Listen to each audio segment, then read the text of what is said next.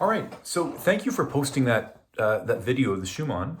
There's so many things that I want to say that I thought it might be easier to illustrate via a video rather than give you written comments. So first of all, a few things that I really like.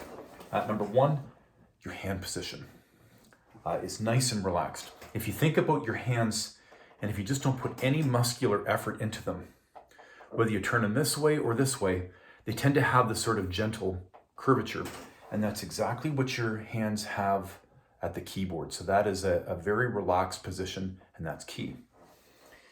I also like that you don't have a lot of extra movement. So when you're playing, your fingers stay close to the keyboard. They're not coming up in between, nor are your wrists moving about.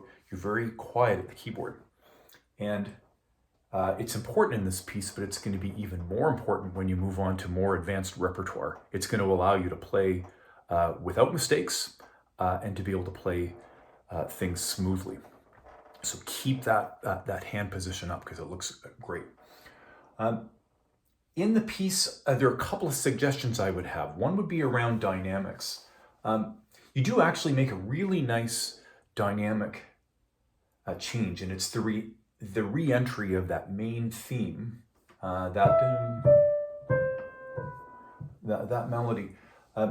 You played it quite a bit quieter than what came before it, and that subito piano was a really nice effect. I think it was something like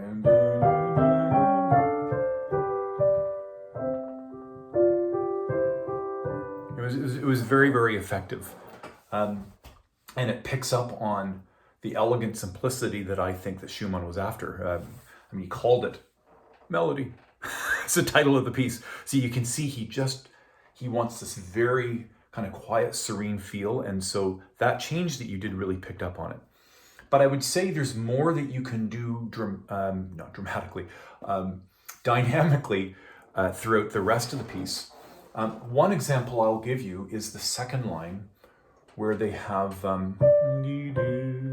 that little descending. You notice each time it comes in higher. First on a D, then on an F, then all the way up to an A, and then it falls down through a decrescendo.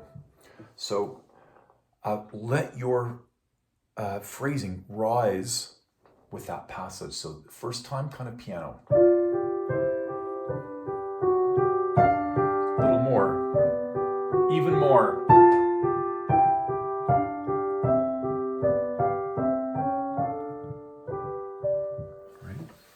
So that gives you, when you hit that high A, it gives you the dynamic room to decrescendo like he asks for.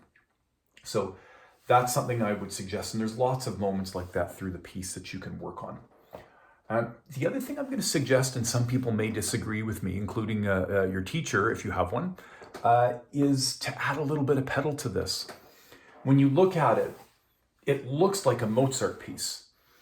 And so Mozart may well have played without pedal. He might have been playing on a harpsichord. But this is Schumann. This is Romantic era. So I think that there's a little bit of room for very light pedal.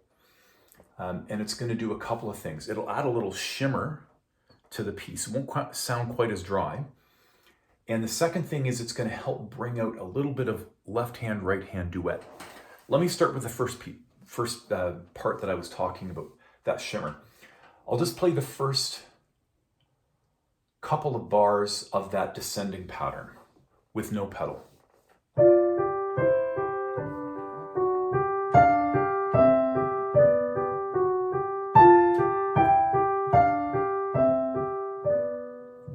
Now listen to it with just a little bit of selective pedal.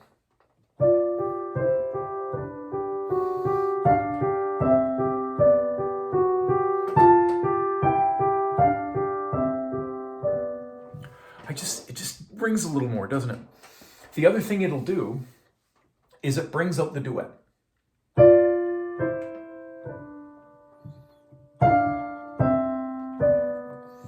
So when you have the pedal, these low eighth notes ring on, whereas without the pedal, they stop as soon as that eighth note is over. So you lose a little bit of that nice complementary lines between the two voices.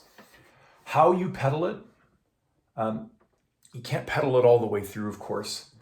So it would be down, change, change, up. Same thing again here. Down, change, change, up. And you need the up because otherwise you get this blurry. Nobody wants that. You're playing it nice and cleanly, so preserve a lot of that, but just some selective pedal through this will really help experiment with that. But this is a great piece. Thank you for introducing it to me. I didn't know it before, and I think you're doing great. So keep it up, and I hope this video helps.